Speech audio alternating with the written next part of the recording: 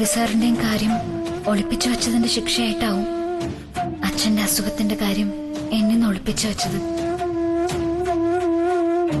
ഓർക്കും തോറും അച്ഛനോട് എനിക്ക് ദേഷ്യം തോന്നുന്നുണ്ട്, അച്ഛനോട് വഴക്കിടണമെന്ന് തോന്നുന്നുണ്ട്. പക്ഷെ എനിക്കതിനുള്ള യോഗ്യതയില്ല. ഞാനും എന്റെ കാര്യം കുറച്ചു നാളായിട്ട് മറച്ചു വെക്കല്ലേ.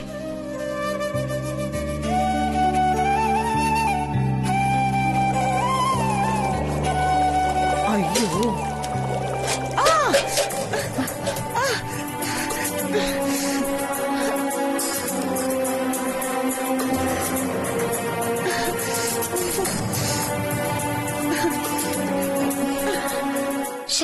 എന്റെ അമ്മ ഇങ്ങനെ ശബ്ദം ഉണ്ടാക്കുന്നേ? അച്ഛൻ റെസ്റ്റ് എടുക്കട്ടെ.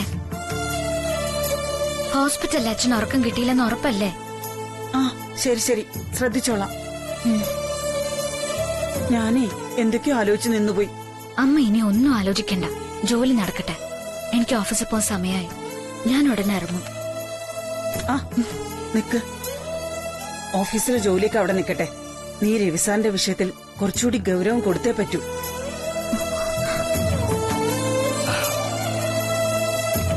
നീ സാറിനോട് സംസാരിക്കാത്ത എന്താ? ഞാൻ സംസാരിച്ചത് അമ്മേ. അപ്പൊ സാറ് പറഞ്ഞത് അച്ഛനോട് സാറ് വേഗം സംസാരിക്കാൻ പറയണം. മോളെ,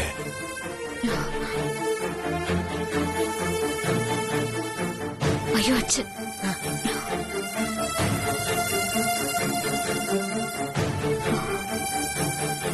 വെള്ളം വെള്ളം വെള്ളം. അമ്മേ,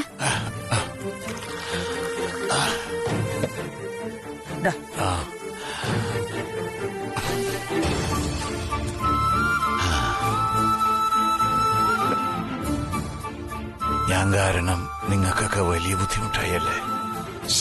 അച്ഛൻ എന്തിനാ ഇങ്ങനെയൊക്കെ സംസാരിക്കുന്നേ? എനിക്ക് സുഖമില്ലാത്ത കാര്യം ഞാൻ ആദ്യമേ നിങ്ങളോടൊക്കെ പറയണമായിരുന്നു. ഞാനത് മറച്ചു വെച്ചു. അതാ ഇപ്പൊ ഇങ്ങനെ ഗുരുതരാവസ്ഥയിലായത്. ഇതെങ്ങനെ ഗുരുതരാവസ്ഥയൊന്നുമല്ല ചിറ്റപ്പാ, അതൊക്കെ കഴിഞ്ഞു. കഴിഞ്ഞാ മതിയായിരുന്നു. ഏതായാലും എനിക്കിനി ഒരു ആഗ്രഹമേ ബാക്കിയുള്ളൂ. എന്റെ മോള് നിറവേറ്റി തരണം.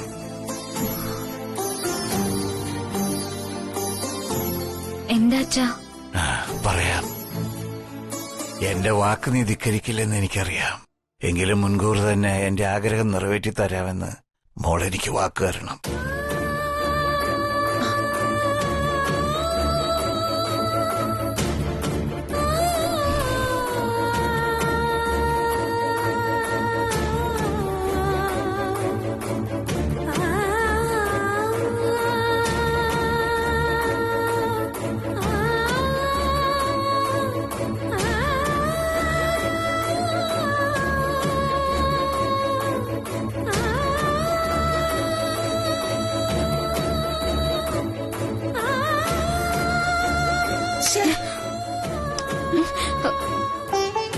അച്ഛൻ എന്തൊക്കെയാ പറയുന്നതും കാണിക്കുന്നതും? എന്റെ ഈശ്വര, നിങ്ങൾ ഇപ്പൊ തന്നെ ഞങ്ങളെ വിട്ടുപോകുന്ന പോലെയാണല്ലോ ഈ സംസാരം. ദേ നോക്കണം, ശ്രീയുടെ അച്ഛനൊന്നും സംഭവിക്കില്ല. ഇതെന്റെ കഴുത്തിൽ നിന്ന് ഊരിമാറ്റാൻ അമ്മ അനുവദിക്കില്ല. കരിക്കൂത്തിയമ്മയുടെ അനുഗ്രഹം എപ്പോഴും ഈ താലിക്കുണ്ട്. അച്ഛൻ വെറുതെ ടെൻഷനാവാതെ കിടന്നുറങ്ങാൻ നോക്ക്. അതെ ചിറ്റപ്പ, ചിറ്റപ്പിനിപ്പ വേണ്ടത് റെസ്റ്റാ, ബാക്കിയൊക്കെ പിന്നെ. വെറുതെ സെന്റി അടിച്ച് ചിറ്റപ്പൻ ഇങ്ങനെ പറയാൻ തുടങ്ങിയ ബാക്കിയുള്ളവർക്ക് വിഷമാവൂലേ? നിനക്ക് ജോലിക്ക് പോണ്ട ശ്രീലക്ഷ്മി, പോയി റെഡിയാവോ. ചിറ്റപ്പിന് മരുന്ന് കഴിക്കാൻ സമയമായി, ഞാൻ മരുന്ന് കൊടുക്കട്ടെ. എന്റെ അച്ഛനൊന്നുമില്ല, എല്ലാം പെട്ടെന്ന് ശരിയാവും.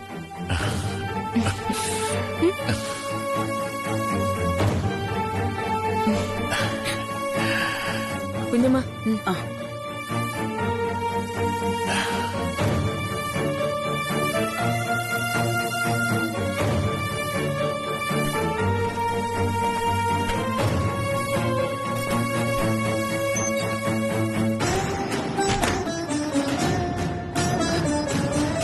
ശ്രീ, ഇനി നീ എന്നോട് കൂടുതൽ കൂടുതലൊന്നും ചോദിക്കാതെ ഇപ്പൊ തന്നെ പോയി രവിസാറിനെ കാണണം.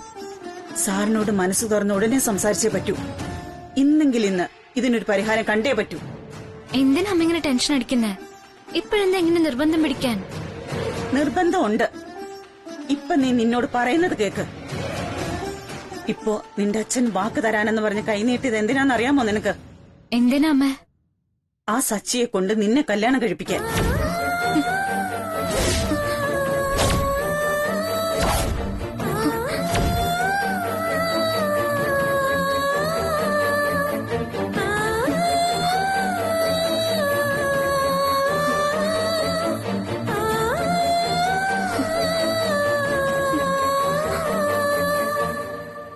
കുറേ ദിവസമായി ഈ ഒരൊറ്റ ചിന്തയാ നിന്റെ അച്ഛന്റെ മനസ്സിൽ.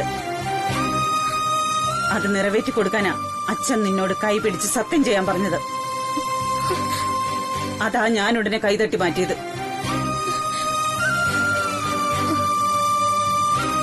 ഇനി ഇതുപോലെ എന്തെങ്കിലും സംഭവിക്കുന്നതിന് മുമ്പ് നീ രവിസാറിന്റെ അടുത്ത് ഇതിന്റെ ഗൗരവത്തെ പറ്റി സംസാരിക്ക. ചെല്ലങ്ങോട്ട്. അല്ല അമ്മ ഇങ്ങനെയൊക്കെ പറഞ്ഞ പറയുന്ന നിന്റെ നല്ലതിന് വേണ്ടിട്ടാ. ഈ അടുത്ത കാലത്തായി നിന്റെ അച്ഛൻ ആരെ കണ്ടാലും മരുമകനായി മനസ്സിൽ കാണും. സച്ചിന്ന് മാത്രമല്ല, അതുപോലുള്ള വേറെ ആരെ കണ്ടാലും അച്ഛന്റെ മനസ്സിൽ ഈ ചിന്ത മാത്രമേ വരൂ. രവിസാർ ഇതൊന്നും അറിയാൻ പാടില്ല. നീ പോയി സാറിനോട് സംസാരിക്കേ. പക്ഷെ അമ്മ, രവി സാർ ഇക്കാര്യം അച്ഛനോട് സംസാരിച്ചു കഴിഞ്ഞതാണ്. ആ സമയത്താണ് അച്ഛൻ ഇങ്ങനെ ആയതും. പക്ഷെ എന്ത് സംസാരിച്ചു, അച്ഛൻ എന്ത് മറുപടി പറഞ്ഞു എന്നൊന്നും എനിക്കറിയില്ല. അതിനല്ലേ ഞാൻ നിന്നോട് പറഞ്ഞത്, നീ ഇപ്പൊ തന്നെ പോയി രവിസാറിനോട് എന്താ ഏതാന്ന് ചോദിക്കാൻ. ഇപ്പൊ അച്ഛനൊന്നും ഓർമ്മ കാണില്ല. നീ ചെല്ലേ, പെട്ടെന്ന് രവിസാറിനോട് സംസാരിക്കേ. സമയം കളയണ്ട. അല്ല അമ്മ, അത് മതി. പറഞ്ഞത് കേട്ടാ മതി. നീ ചെല്ല്, ഇപ്പൊ തന്നെ പോയി സംസാരിക്കണം. ഇനി ഇതിലൊരു ചർച്ച വേണ്ട. അമ്മ,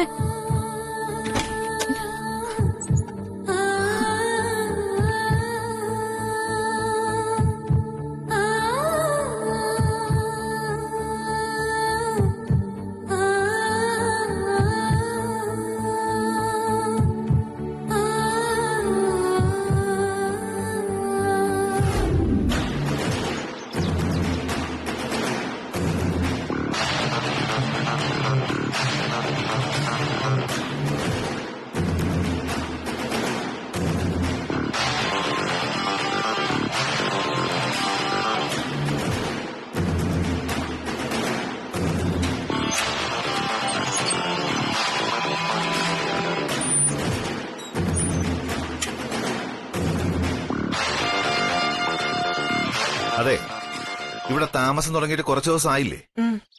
ഇനിയെങ്കിലും ഇതിൽ കുറച്ച് വെള്ളം നിറയ്ക്കണം. ശരി സർ.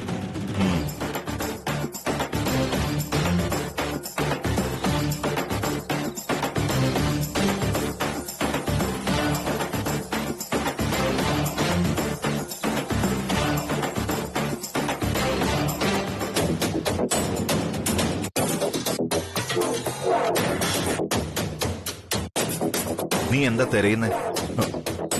ഞാൻ എന്റെ ഫോൺ ഇവിടെ എവിടെയോ.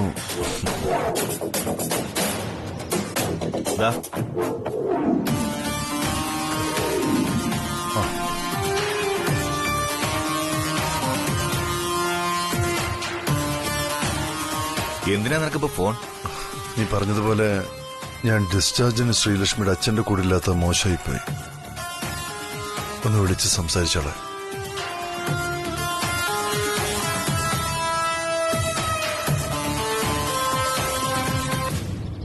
എന്തിന്?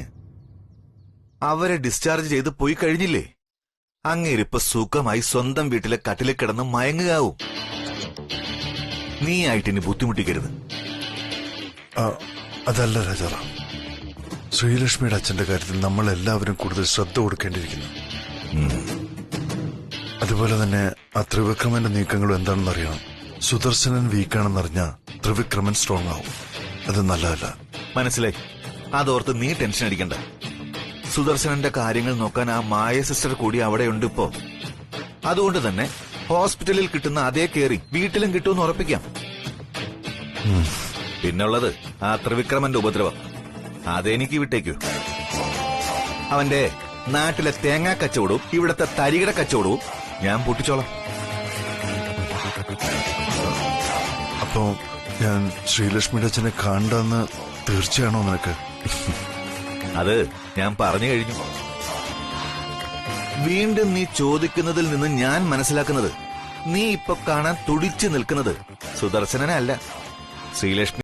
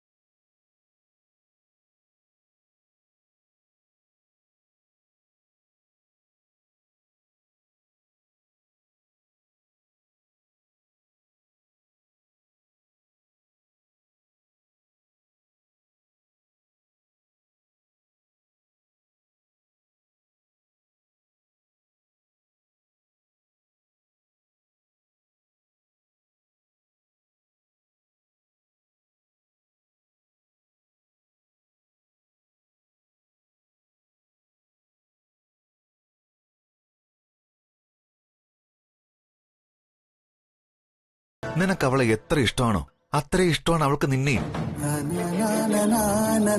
അതേ ബലത്തിലും കനത്തിലും തൂക്കത്തിലും. അവൾ ചെറിയ കുട്ടിയാണ്. നീയെ ഇങ്ങനെയാണെങ്കിൽ നിന്നെ പോലെ കണ്ണീർ നിയന്ത്രിക്കാൻ അവളെ കൊണ്ട് കഴിയൂ? ഒരിക്കലും കഴിയില്ല. പാവം, ഈ മാറ്റങ്ങളൊക്കെ അവൾ എങ്ങനെ ഉൾക്കൊള്ളൂന്നാ എനിക്ക് മനസ്സിലാകാത്തത്.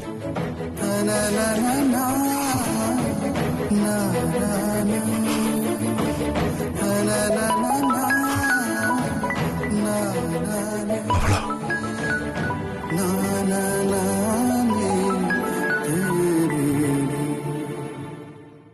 ഹലോ. ഹലോ സർ, സാർ എവിടെയാണ്? എനിക്ക് സാറിനോടൊപ്പം സംസാരിക്കാനുണ്ട്. ഒറ്റയ്ക്കൊന്ന് കാണാൻ പറ്റുമോ? അച്ഛനിപ്പോ എങ്ങനെ ശ്രീലക്ഷ്മി? അച്ഛൻ ഉറങ്ങുക. ഇപ്പൊ വേറെ കുഴപ്പമൊന്നുമില്ല സർ. സാറ് ഞാൻ ചോദിച്ചതിന് ഉത്തരവൊന്നും പറഞ്ഞില്ല. എനിക്ക് സാറിന് പേഴ്സണലായിട്ടൊന്ന് കാണണം. സാർ എവിടെയുണ്ട് ഇപ്പോ? ഇപ്പോ വീട്ടിൽ നിന്ന് ഇറങ്ങാൻ നിൽക്കുക. എനിക്കും തന്നെ ഒന്ന് കാണണമെന്നുണ്ട്. വളരെ പ്രധാനപ്പെട്ട ഒരു കാര്യം പറയണം. Just do one thing. താനും പുറപ്പെട്ടുള്ളൂ. രണ്ടുപേരും ആഗ്രഹിച്ച സ്ഥിതിക്ക് ഈ കൂടിക്കാഴ്ച മാറ്റിവെക്കണ്ട. ഞാൻ ഇറങ്ങാം. എവിടെ മീറ്റ് ചെയ്യേണ്ടെന്ന് ഞാൻ ലൊക്കേഷൻ അയച്ചു തരാം. ശരി സർ, ഓക്കെ, താങ്ക് യു.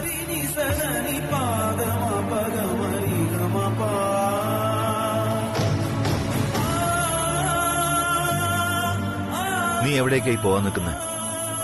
അത് തീരുമാനിച്ചില്ല. ഡ്രൈവ് ചെയ്യുമ്പോഴേക്ക്.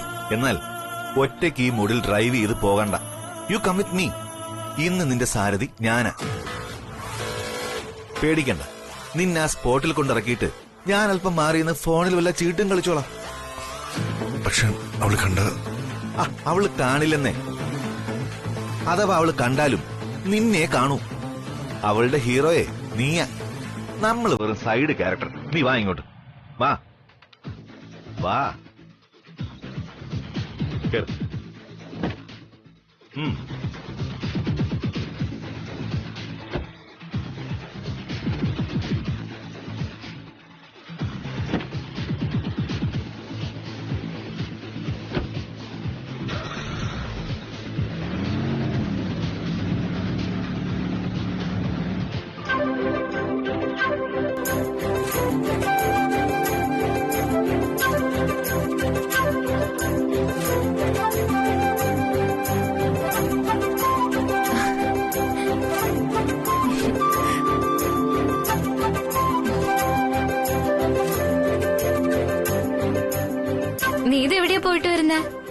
ഓയില് ചീത്തയായി. ഇന്നലെ നന്നാക്കാൻ കൊടുത്തിരുന്നതാ, അത് വാങ്ങിച്ചു.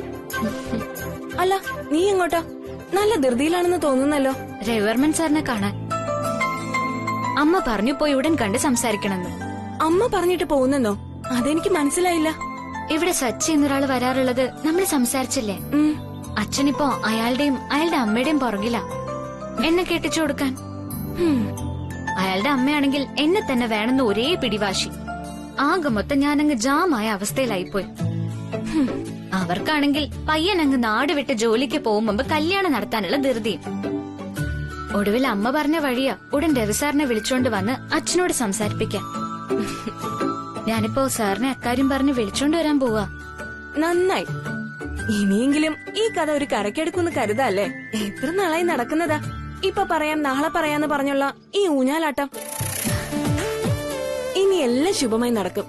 എനിക്കും അങ്ങനെ കൃഷ്ണ, ഒരു ആത്മവിശ്വാസം. പ്രത്യേകിച്ചും അമ്മയുടെ ഈ സപ്പോർട്ട് ഇത്ര സ്ട്രോങ് ആവുന്ന ഞാൻ പ്രതീക്ഷിച്ചതേയില്ല. എല്ലാം സംഭവിക്കുന്നത് നല്ലതിനായിരിക്കും അല്ലേ? തീർച്ചയായും. ഇനി എന്റെ പെണ്ണിന് ഒരു സങ്കടം ഉണ്ടാവില്ല. ഇന്ന് ഈ സമയം മുതല് നിന്റെ സമയം തെളിഞ്ഞിരിക്കുക. ഈ സച്ചി കിച്ചി പിച്ചി എന്നൊക്കെ പറയുന്നവൻ പോയിട്ട് സാക്ഷാത് രവിചന്ദ്രവർമ്മൻ തന്നെ ഇനി നിന്റെ ജീവിതത്തിൽ താലി ചാർത്താൻ എത്തും.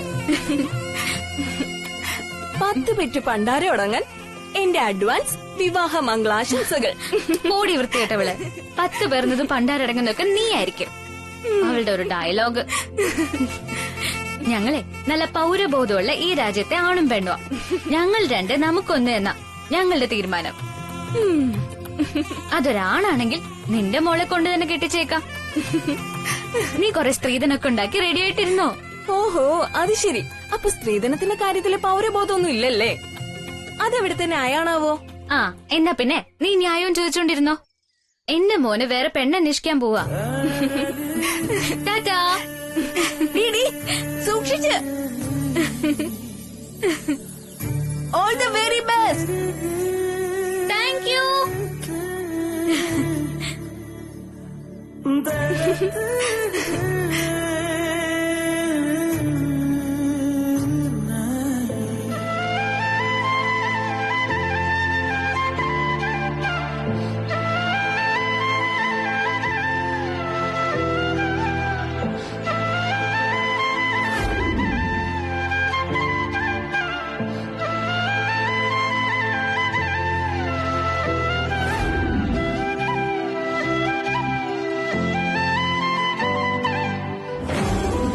ഈ വിവാഹത്തിന് സമ്മതമാണെന്ന് മോൾ ഇതുവരെ എന്നോട് പറഞ്ഞിട്ടില്ല. പക്ഷെ സാറ് വേണം അവളോട് പറഞ്ഞ് സമ്മതിപ്പിക്കാൻ. വാക്കിന് ജീവനേക്കാൾ വില കൊടുക്കുന്ന ആളാണ് സാറെന്ന് എനിക്കറിയാം. വാക്ക് തരൂ സാർ.